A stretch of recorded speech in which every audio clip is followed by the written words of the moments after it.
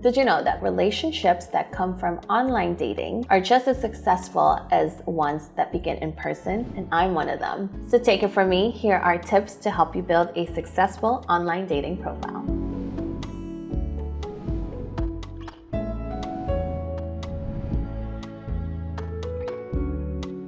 Hello there, my name is Dana Jean Antonelli. I'm a certified etiquette consultant. If you're new to my channel, welcome. In this channel, I talk about manners, modern etiquette, self-development, and anything else that can help you become the best version of yourself. If you've been here before, I'm very happy to welcome you back. So for today's video, we will be going over online dating etiquette. There are so many dating apps out there. It can be overwhelming and sometimes exhausting also, but I've gathered tips to help you get a better experience when it comes to online dating. I want you to narrow down your dating apps to one or even two the most. There's so many different ones out there. There's Tinder, there's Bumble, there's Hinge, Christian Mingle, there's even ones for cowboys. Like, what the heck is that?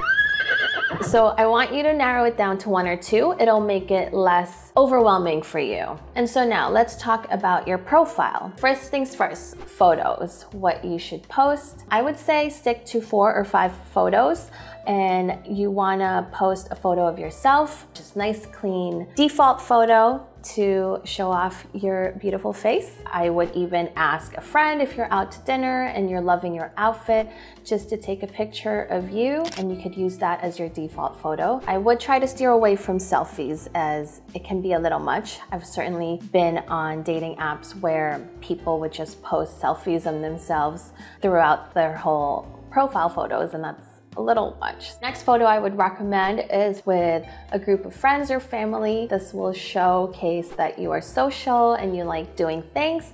You're not just some weirdo sitting at home going through your dating app all day and all night. Also, I know there's so many animal lovers out there. Perhaps a photo with your dog or your cat will certainly attract an animal lover as well. And lastly, a photo of whatever hobby you enjoy. You know, if you like hiking, perhaps a photo of yourself with the mountains in the background. If you're into fitness, a selfie at the gym, or having a friend take a photo of you while working out. But be mindful of those, because I've definitely seen other guys be a little too much and can be a little douchey with their gym photos, so just be mindful of that. Now let's talk about what to put in your bio. Keep it short and sweet. Put what you do for work and what your hobbies and interests are. This will save you the interview style questions when you are conversing with someone. I know apps now have questions like the town you live in, your sexuality, even political views, right? So, you know, I encourage you to use those. And also, I know apps like Hinge and Bumble have prompts, questions like, what would your last meal be?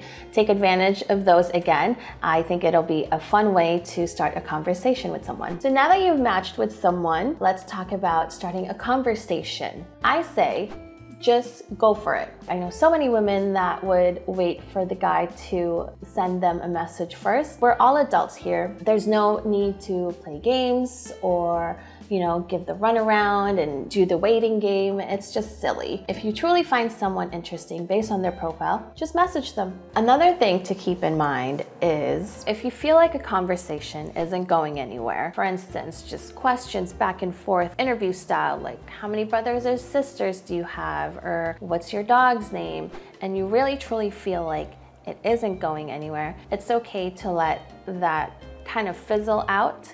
It's not really ghosting, but it's just letting it die down if, you know, no plans have been made. But if you had a conversation and it's going really well, now let's talk about the first date. You know, where to go, what to do. Keep in mind that you want to do things that you both like. So for instance, if you were to go out to eat, you certainly don't want to pick, say, a Japanese restaurant if the other person doesn't like Japanese food, or to go bowling if the other person finds bowling really boring. So you want to find something that you both mutually like. And another thing to keep in mind too, especially for women, you can never be too safe. You want to check up on the person that you're going on a date with. Let's do a FaceTime. You want to be sure first that, the person on the other end is the real deal and you aren't being catfished. I know I've certainly done this in the past. It can be borderline stalking. So, go through their Instagram, other social media sites. After all,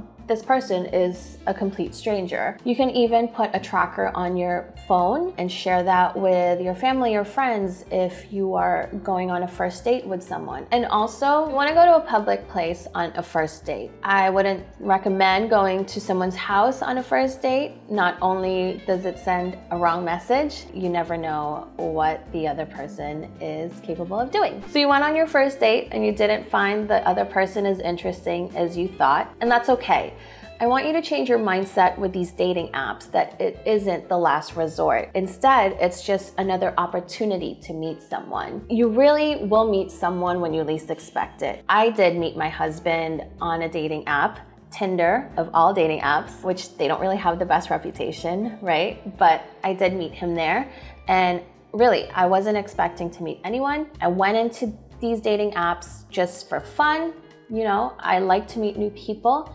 And here we are, 5 years later, being married. So take it from me, a Tinder success story. Just have fun with it. I do hope you enjoyed this video and found it helpful. If you did, please give it a thumbs up. If you haven't done so already, please do subscribe to my channel. If you have any questions or comments, let's keep the conversation going in the comment section down below. And I hope to see you in my next video. Thank you very much for watching.